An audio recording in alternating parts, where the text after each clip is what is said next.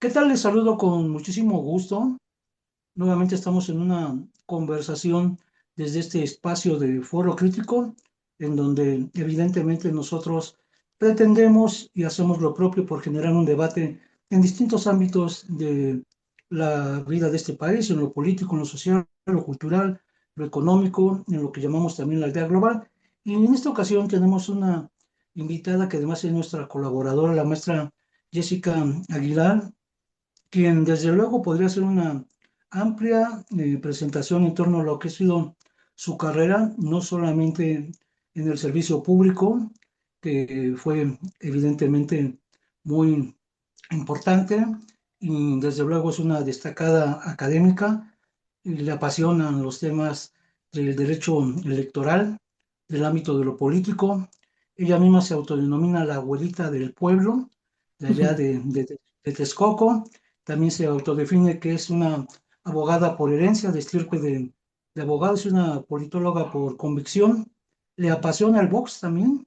Y si hacemos una analogía en el ámbito de lo que ha sido su participación en la arena electoral, pues no ha tirado los guantes, ni mucho menos la toalla, ni se da por vencida. Bienvenida a Foro Crítico, maestra Jessica Aguilar. Muchas gracias, Jesús. Pues un placer estar aquí, acompañarlos en este espacio de análisis y como siempre, pues un placer su invitación.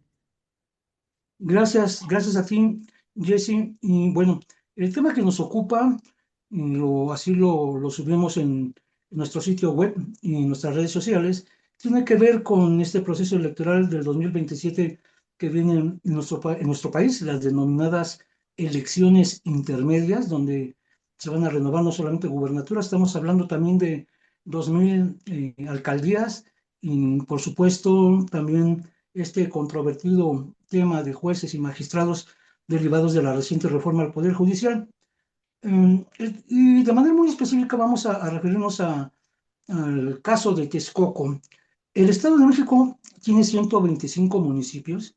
Yo te pediría, maestra Jessie, que por favor nos indiques cuál es la preponderancia, hablando desde el punto de vista electoral, político, incluso económicamente hablando, de Texcoco para el Estado de México. Sí, mira, Texcoco es un municipio muy importante, primero por la ubicación, ¿no? Que implica, es decir, que colinda con estados importantes, pues con Tlaxcala, ¿no? Hay salida para el tema de Calpulalpan, para la Ciudad de México, ¿no?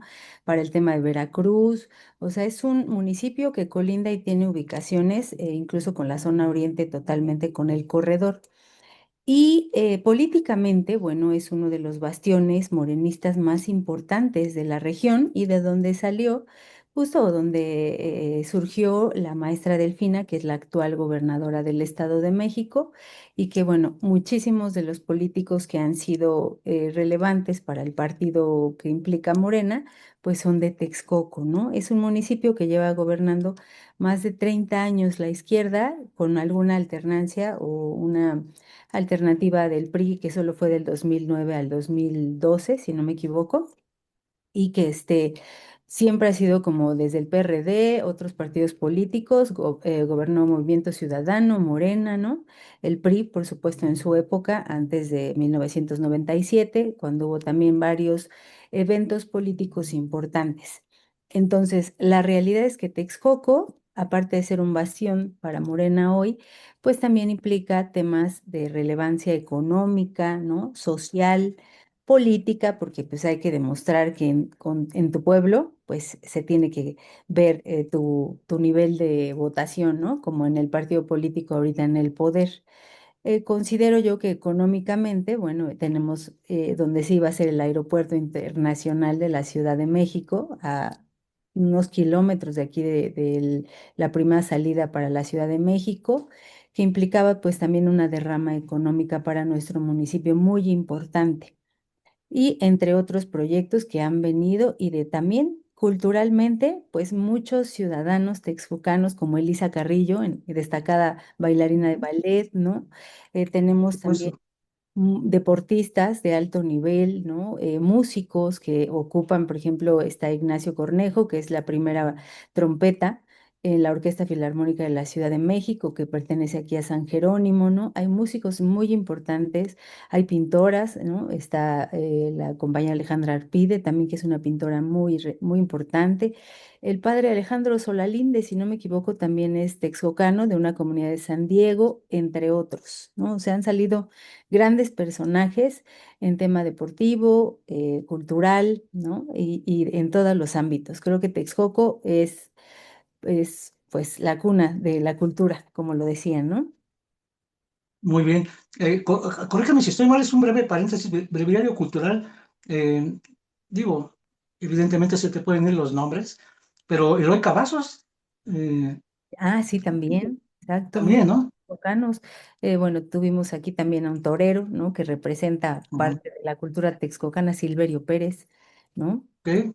Entonces sí hay muchos texcocanos relevantes, grandes historiadores, ¿no? Cronistas de la ciudad que han sido parte importante de origen texcocano.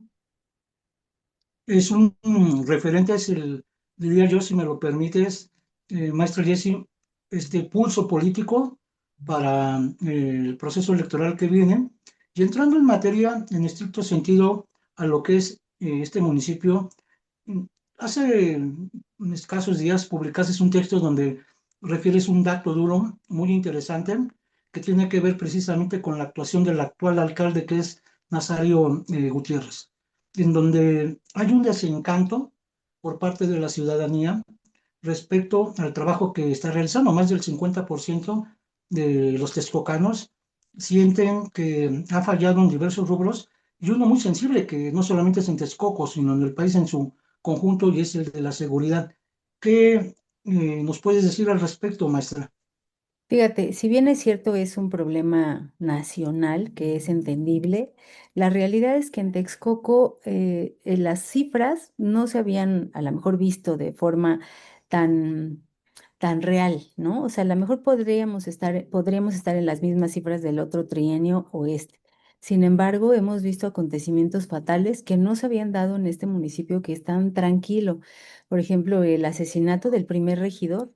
El primer mes de gobierno que inició el presidente Nazario, el día, creo que 30 de enero, 29 de enero, mataron a uno de sus regidores, al primer regidor que pertenecía a Morena, a su propio partido político, en la comunidad de Coatlinchán, ¿no? Acribillado.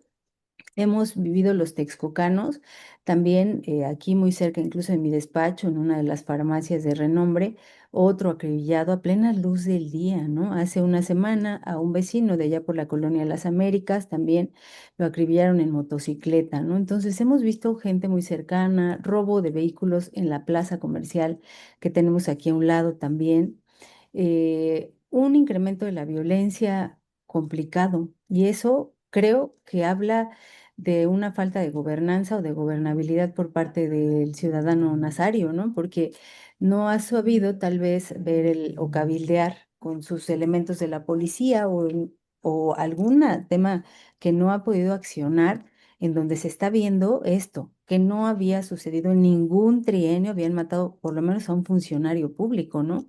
Que eso ya es una alerta pues muy roja en el municipio de Texcoco. Entonces la ciudadanía cuando ya no viene como de la voz de la oposición la crítica y los comentarios, sino viene del ciudadano, es porque algo en general está caminando de forma diferente, ¿no? Que ya es la voz del ciudadano crítico que también ya sale a comentar lo que ve, ¿no? Que eso ya me parece que tiene una legitimidad mayor.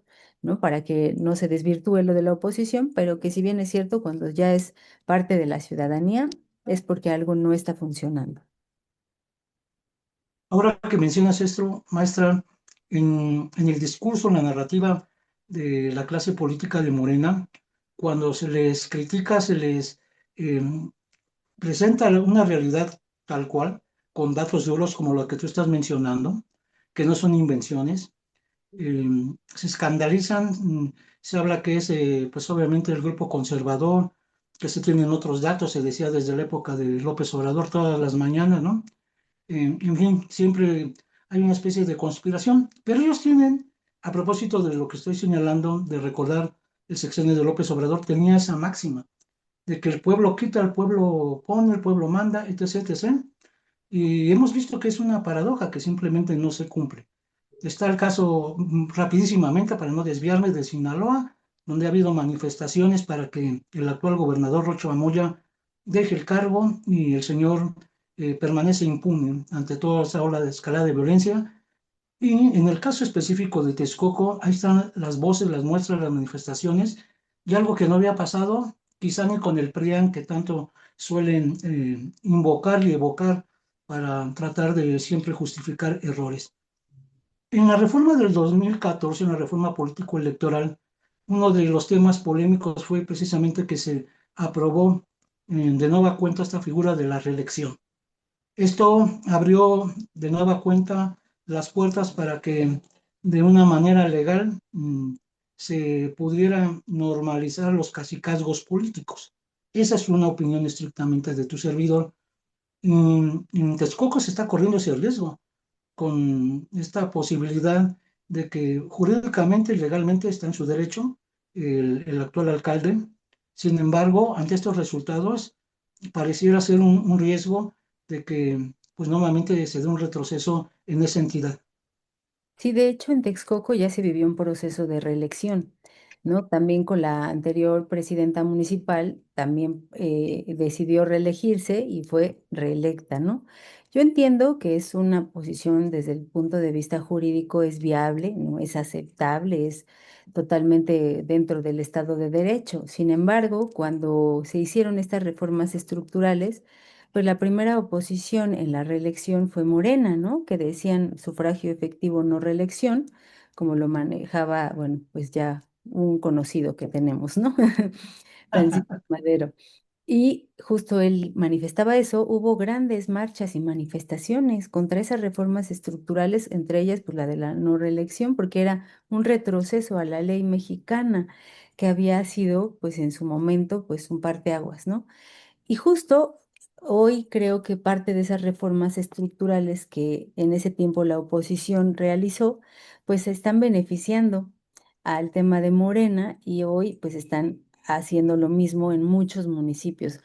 Parece que por instrucción la vez pasada todos decidieron reelegirse, la mayoría de alcaldes en todo el Estado de México.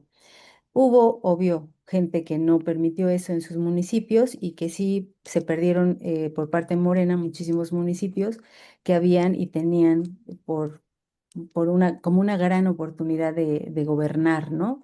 Entonces no hubo eso, en Texcoco decidieron reelegir, igual aprovechando también el contexto de que en la boleta venía lo de Sheinbaum, ¿no? Que venía ella para presidencia municipal y otros cargos. Y en esta parece que las encuestas que ya están realizando también telefónicamente y también a través de muchísimas encuestas que están publicando, creo que Rubrum, que no está de acuerdo la gente en la reelección, ¿eh? Realmente el porcentaje que yo publicaba en mi artículo es muy amplio, ¿no? Que dice que no estarían de acuerdo si este alcalde decide reelegirse. Primero, porque la gente de Texcoco es muy crítica, es muy, creo que sí, eso me agrada en muchos temas, que sean críticas, que hacen, platican, hay mucho matriarcado, ¿no? Que deciden en familias y en núcleos cómo votar y que sí son muy conscientes de muchas situaciones. Sin embargo, bueno, el alcalde no sé si sea su intención ahorita decidir reelegirse, que yo creo que sería un grave error, un acierto para la oposición, porque eso permitiría, pues, por supuesto, tener una oportunidad mientras hay un plan de trabajo estructurado. Y otra es que también, aparte de lo de la reelección, este alcalde no tiene un programa de gobierno organizado, no tiene una sola política pública que haya decidido implementar, diseñar incluso para tener algo más estructurado, sino que hay calles abiertas con baches de pavimentaciones en todo el cuadrante de la ciudad. Estamos viviendo con hoyos en todos lados, con un plazo muy largo para terminar las obras que genera mucha molestia a la ciudadanía, ¿no? Entonces, solo está queriendo legitimar con algunas obras que se vean, pues que el voto se repita, ¿no?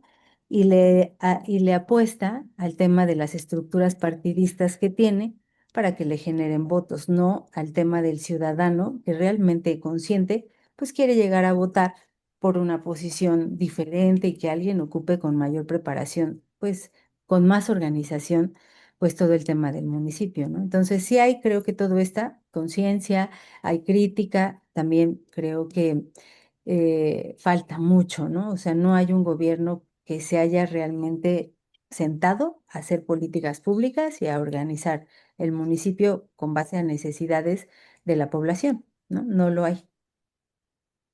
Bueno, mi maestra, eso es interesante, muy importante. Me hace recordar a una filósofa que admiro mucho, en paz descanse, Ilham Nantakl, que hablaba del ciudadano contemporáneo. Incluso escribió un libro que se llama El Manual del Ciudadano Contemporáneo y era una invitación precisamente a no tener una postura acrítica. Estamos entrando a la parte final de la entrevista eh, y me gustaría saber si consideras que hay un riesgo de intromisión por parte del gobierno del Estado. A propósito, lo dijiste muy elegantemente, el tema de las estructuras, yo le llamaría el clientelismo y compra de voto. ¿Crees que existe ese riesgo? Sí, sí lo creo, lo he visto en carne propia, el tema del clientelismo y cómo la parte económica y la desigualdad que genera las reglas del juego electorales para los partidos minoritarios, sí genera una desigualdad económica y también la estructura de gobierno y la estructura partidista que operan de la misma forma y en conjunto con dinero público y con dinero también partidario, ¿no? Para echar a andar campañas que son totalmente desequilibradas económicamente, ¿no? Y que pues justo eso es lo que permite que nuevamente un partido que lleva más de 30 años gobernando a través de una misma persona en Texcoco todavía siga posicionado y que sí, deliberadamente, sin haciendo la suposición, no una afirmación, hay enriquecimiento ilícito, es notorio de muchísimos funcionarios públicos, ¿no? Que ya llevan años en el gobierno y que sí genera una molestia ciudadana. Yo espero que en esta próxima elección la gente sea muy consciente de su voto y que elijan a una persona que tenga de verdad un plan estructurado de gobierno y que conozca las necesidades reales de la ciudadanía, porque venir a Texcoco no es el mismo Texcoco que se conoce en la cabecera municipal que el Texcoco que vemos en las comunidades lejanas de Coatlinchán, de Montecillos, ¿no? De Cuautlalpan. Allá viven otra realidad los texcocanos porque no tienen agua, no tienen servicios públicos y hay un tema de condiciones, de pobreza extrema, analfabetismo, desinformación, que no se ve aquí en la cabecera. Aquí solo se embellece y se alumbra porque es lo que se ve. Pero las comunidades de Texcoco, las más de 56 comunidades que hay, la verdad es que tienen necesidades, todas totalmente diferentes, pero no hay una planeación y no se ha podido llevar agua, por lo menos algunas que tienen 20 años, ¿no? Sin infraestructura de agua, mientras que cualquiera de nosotros que vive en la cabecera puede abrir la llave y tomar un vaso de agua. Hay una desigualdad enorme que no ha podido solucionar ningún gobierno en estos 30 años. Muy bien, qué cosa tan paradójica en estos tiempos en donde se supone que se está viviendo una transformación, y al menos eso en cuanto a la narrativa de nuestra actual clase política y particularmente quienes visten de guinda. Maestra Jessie, vamos, evidentemente contigo, dirían por ahí coloquialmente siempre se queda uno picado, Ujú. pero bueno, ya tendremos la oportunidad de organizar más charlas si tú nos lo permites. Claro que sí. Y en este ámbito de la carrera política, y le voy a decir a mi audiencia que nosotros nunca, y como lo suelo hacer con otros interlocutores, nos ponemos de acuerdo para nada. Esto es siempre de lo que pues nosotros proponemos un tema, pero nunca hay un script, un guión, como debe de ser una entrevista profesional y éticamente hablando. Y cuando dije en la carrera política hace un momento es porque hay políticos, políticas, que de pronto no les gusta que se les pregunte qué es lo que viene. Sin embargo, dicen que cuando ya ocuparon un cargo, lo buscaron, desde ese mismo momento se piensa en el siguiente o en los planes. Yo te pregunto, para cerrar esta conversación, si la abuelita del pueblo se vuelve a poner los guantes y se sube al ring de la arena electoral para contender por la presidencia municipal en tu queridísimo Texcoco. Pues mira, yo creo que hay todas las condiciones hoy en Texcoco para ponerse los guantes y para pelear para que haya de verdad una planeación para la gente, ¿no? Sí hay las condiciones políticas, el tema de el hartazgo ciudadano, el tema de que son elecciones ordinarias, en donde se enfoca exclusivamente al tema local, funciona mucho porque la gente está muy atenta de los candidatos que se vayan a postular en el municipio, porque son diputado federal local y presidencia municipal, ¿no? A reserva de cómo acomoden todavía lo del Poder Judicial, pero eso permite mucho más cercanía y un tema de comunicación municipal, ¿no? Entre la ciudadanía. Creo que hay las condiciones porque tenemos un alcalde desgraciadamente poco culto, poco preparado para organizar un municipio que tiene además pues, condiciones muy severas de inseguridad que no ha podido lograr ejecutar para darle seguridad a los ciudadanos, ¿no? Y pues que además este gobierno trae un desgaste político muy importante en donde el ciudadano está cansado de ver estos temas de cómo los funcionarios rebasan funciones y que hay un abuso de poder completamente, ¿no? Y creo que ahí todas estas condiciones se juntan y creo que hoy se podría lograr en condiciones de igualdad electoral en el tema económico, que ojalá sí fuera, y de no intromisión del gobierno y su estructura, de lograr una buena pelea de box entre contrincantes, ¿no? En igualdad de circunstancias.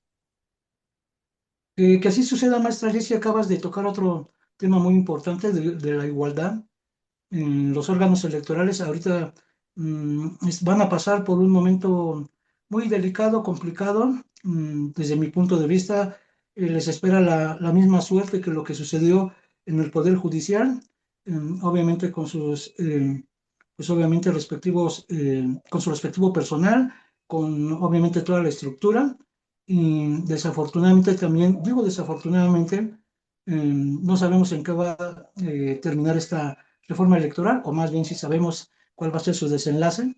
Y ojalá que el árbitro de la contienda electoral, no solamente a nivel federal, sino a nivel estatal, no se doblegue, tenga el valor, la dignidad, el profesionalismo para actuar precisamente como debe de ser, de manera imparcial, con certeza, con legalidad, que son precisamente no señalamientos de mi parte, sino lo que establece también la propia constitución política para que desempeñen su trabajo.